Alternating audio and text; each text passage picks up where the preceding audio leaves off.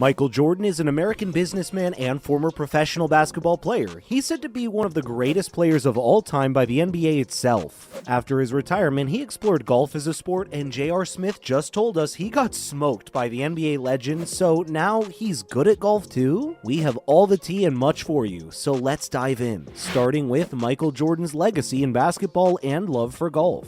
Many stars and celebrities play golf in clubs in either their free time or after their careers end. Your favorites are definitely doing it, and Michael Jordan is no different. Those who remember Jordan and the Bulls dynasty refer to him as Baby Ruth. In other words, a larger-than-life force of nature. Some even suggest he defended our planet from questionable creatures, but hey, to each their own. For us, Space Jam was seen a bit differently though. The legend's career and milestones are genuinely off the charts. In his full 11 seasons with the Bulls, he won 10 scoring titles, 5 league MVP awards, and was named the Finals MVP 6 times. There are so many moments that are especially close to the OG fans, but let's save those for another time. While he left his mark on the NBA scene, at the end of his career, he wanted to continue playing sports and found golf. It's fun and relaxing, so he could compete in it without much hassle. Jordan fell for it and now plays it regularly. J.R. Smith is also a former basketball player in the NBA who followed the blazing trail of Jordan and started playing golf. Smith recently talked about one of his matches with Jordan where apparently the legend absolutely dominated him.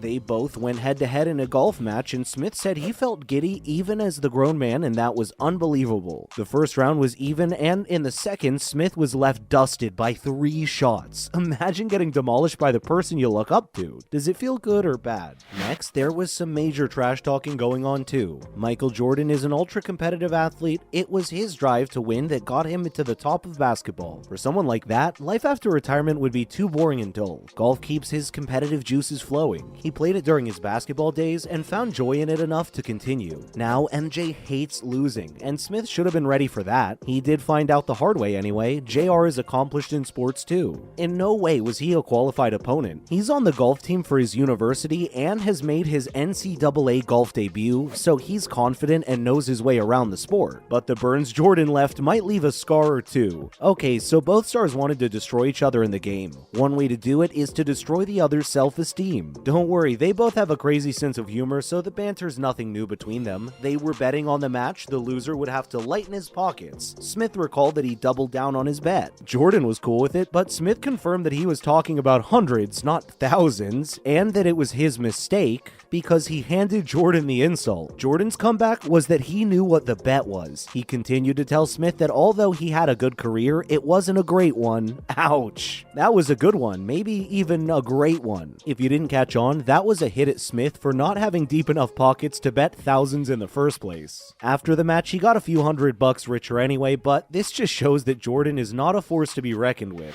Moving on, here are some deets about Jordan's golf skills. Well, Jordan is debatably one of the greatest players in the NBA, and now he's said to be wonderful at golf too. Ever since the legend retired, we've been hearing stories from his success with golf, like when he went to Chuck Daly's hotel room, forcing the coach into a rematch before the sun had the chance to even come up. If that wasn't enough, he also bet Tiger Woods that he could break 92 at the Golf Digest US Open Challenge. He still has the same fire he did once in basketball, and it's comforting to know. Now, he's no pro, but he's good enough to compete with some professional golfers. Bear in mind that even Smith is an avid golfer and is pursuing it professionally, and he got smoked. Adding to the list, we have Ricky Fowler, a 5-time PGA Tour winner, who said that he battles it out with Jordan quite often, and it's beneficial for him. He tries to golf with the legend a couple of times before any tournament for practice and considers his friend a good opponent. Jordan is truly a man of many talents. Last up, Smith's beef with the NBA. Now, JR, on the other hand, played in the NBA for 16 years after his high school graduation. So after his career came to an end, he stepped into the North Carolina AT&T golf team last year, and that's not it. The man is now in the second semester of his freshman year at university. It's delightful to see him explore different areas of his life. He also signed a name, image, and likeness deal with Lululemon, which is a popular activewear brand, and according to his agent, many golf-related companies were interested in sponsoring him, but his willingness to pursue a degree won hearts all over the world.